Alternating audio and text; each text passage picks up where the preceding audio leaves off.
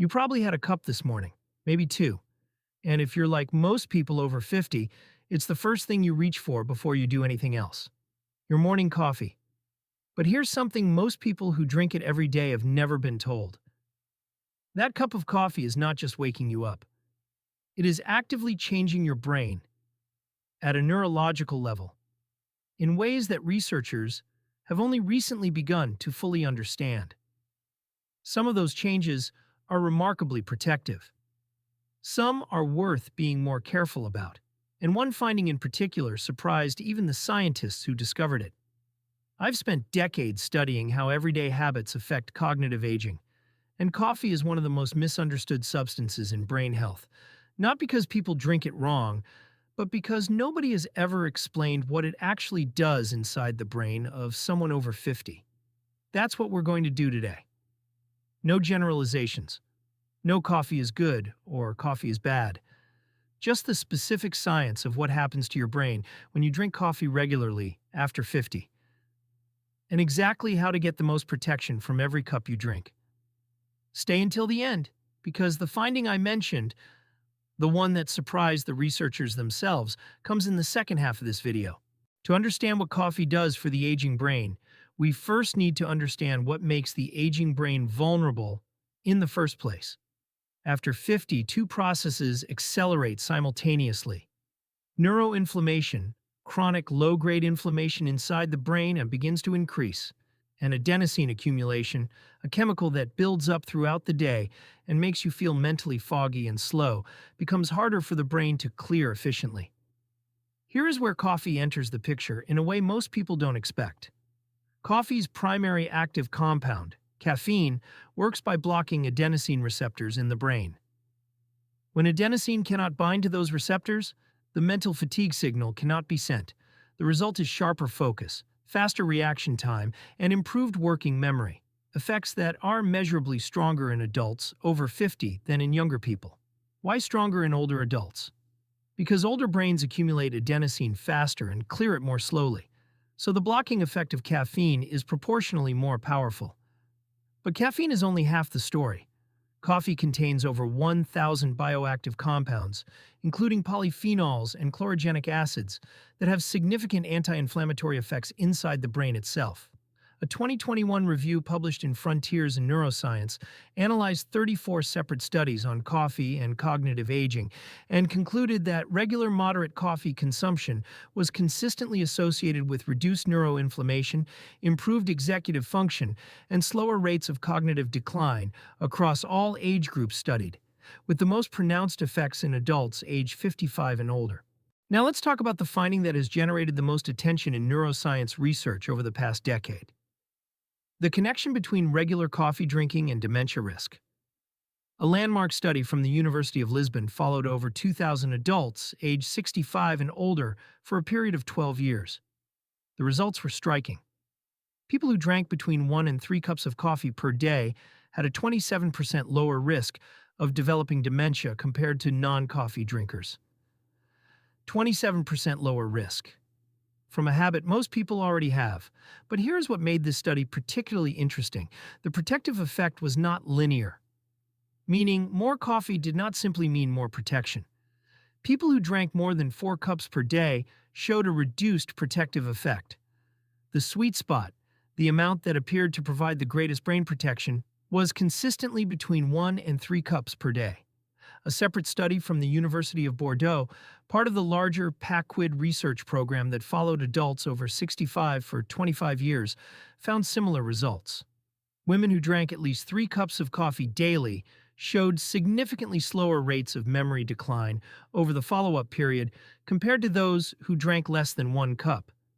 The researchers' hypothesis was this: coffee's anti-inflammatory compounds, specifically chlorogenic acids, may help reduce the accumulation of amyloid beta plaques in the brain. These are the same plaques that are found in concentrated form in Alzheimer's disease. This does not mean coffee prevents Alzheimer's. What the research suggests is that regular moderate coffee consumption may reduce one of the primary risk factors, and that is a meaningful distinction. Now, the finding I mentioned at the beginning. the one that surprised even the researchers who discovered it: decaffeinated coffee. In 2023, a study published in the European Journal of Nutrition examined whether the brain protective effects of coffee came from caffeine specifically or from coffee's other compounds. What they found fundamentally changed the conversation. Decaffeinated coffee drinkers showed many of the same neuroprotective benefits as regular coffee drinkers, including reduced markers of neuroinflammation and improved performance on memory tasks, even without any caffeine at all. This means the brain benefits of coffee are not primarily about stimulation. They are about the complex mixture of polyphenols, antioxidants, and anti-inflammatory compounds that exist in the coffee itself, regardless of whether caffeine is present. This is enormously important for adults over 50 who have been advised by their doctor to reduce caffeine for reasons related to blood pressure, heart rhythm, sleep quality, or anxiety. If you have been avoiding coffee entirely because of caffeine concerns, the research now suggests that switching to high-quality decaffeinated coffee may preserve many of the brain benefits while eliminating the cardiovascular and sleep-related concerns. That is not a minor finding. That is a genuine shift in how brain health researchers think about coffee. And it deserved to be mentioned clearly. Now, I want to be equally honest about when coffee works against your brain rather than for it, because this picture is incomplete without that side of it. First, timing. Caffeine has a half-life of approximately 5 to 6 hours in the body. This means that a cup of coffee consumed at 2 p.m. still has half its caffeine active in your system at 8 p.m. For adults over 50, caffeine is metabolized more slowly than in younger adults, meaning the effective half-life can extend to 7 or even 8 hours. Disrupted sleep, even mild disruption, reduces the brain's ability to clear amyloid plaques during the night. This is the exact mechanism that coffee's polyphenols are working to protect against during the day. If late afternoon coffee is disrupting your sleep, it may be canceling out its own daytime benefit. Second, what you add to it. Black coffee and lightly treated coffee preserve the full profile of beneficial compounds.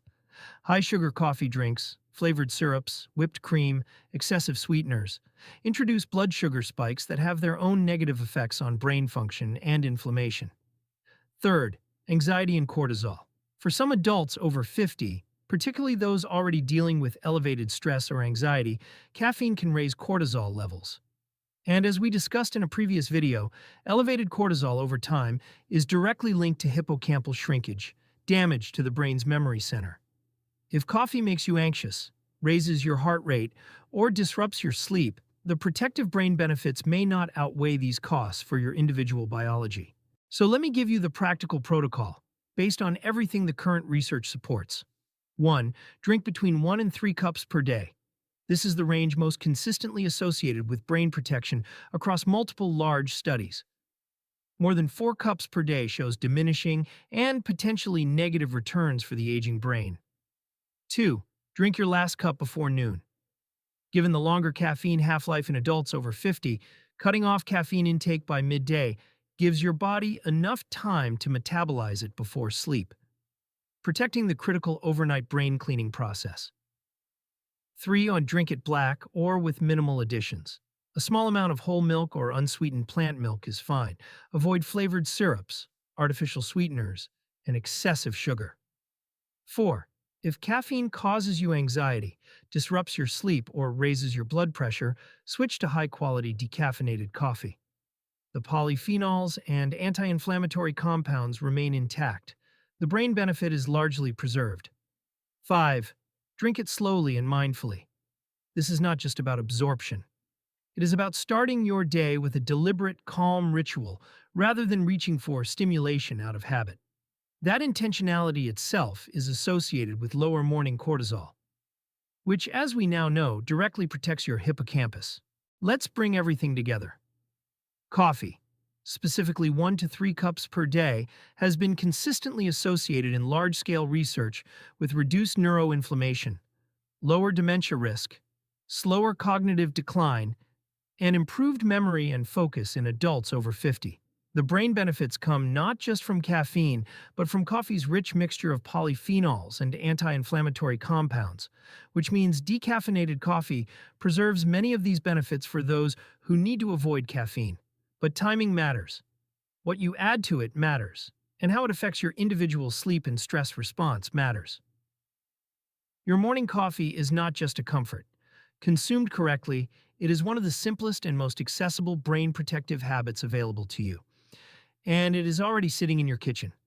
Before we close, I'd like to hear from you in the comments. How many cups of coffee do you drink a day? And has anyone ever told you it might be protecting your brain? Let us know below. We read every single comment.